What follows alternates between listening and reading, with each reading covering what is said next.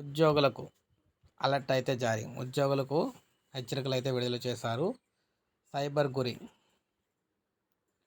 So మీరు చూసుకున్నట్లయితే తాజాగా 3 రోజుల క్రితం గుంటూరు నగరానికి అతి సమీపాన జాతీయ రహదారి పక్కనే ఉన్న మరో మండలంలో ఒక హెచ్ఎం మరో ఇద్దరు ఉపాధ్యాయులకు ప్రవీణ్ ప్రకాష్ పేషి నుంచి సూపరింటెండెంట్ను మాట్లాడుతున్నానని ఒకరు ఫోన్ చేసి మీరు పిల్లలు రాసిన వర్క్ బుక్స్ దిద్దలేదని, పాఠ్య ప్రణాళిక రాయలేదని సార్కు ఫిర్యాదులు అందాయి.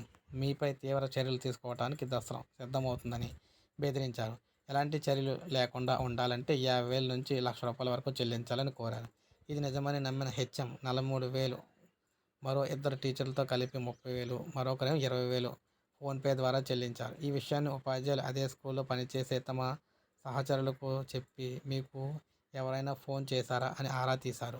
అయితే తమకెవరికీ ఫోన్లు రాలేదని, పైగా కమిషనరేట్ నుంచి ఇలా ఎవరు ఫోన్లు చేసి డబ్బులు అడగరని వారు చెప్పారు. ఎవరైనా మోసగాళ్ళై ఉండొచ్చని సూచించారు. దీంతో వారికి వచ్చిన ఫోన్లను ట్రూకాలర్లో చెక్ చేసి చూస్తే వారి అడ్రస్లు హైదరాబాద్లో ఉన్నాయి. వెంటనే వారికి ఫోన్లు చేసి అడిగితే చంపుతామని బెదిరింపునకు పాల్పడుతూ ఉండటంతో ఉపాధ్యాయులు ఆ విషయాన్ని గంభనంగా ఉంచారు.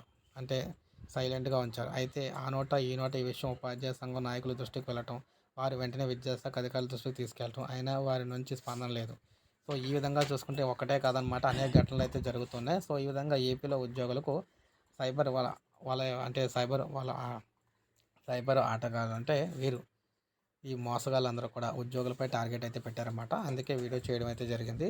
ఒక లైక్ చేయండి, అందరికీ తెలుస్తుంది. సబ్స్క్రైబ్ చేసుకోకపోతే మన ఛానల్ సబ్స్క్రైబ్ చేసుకొని ఫాలో అవుతానండి.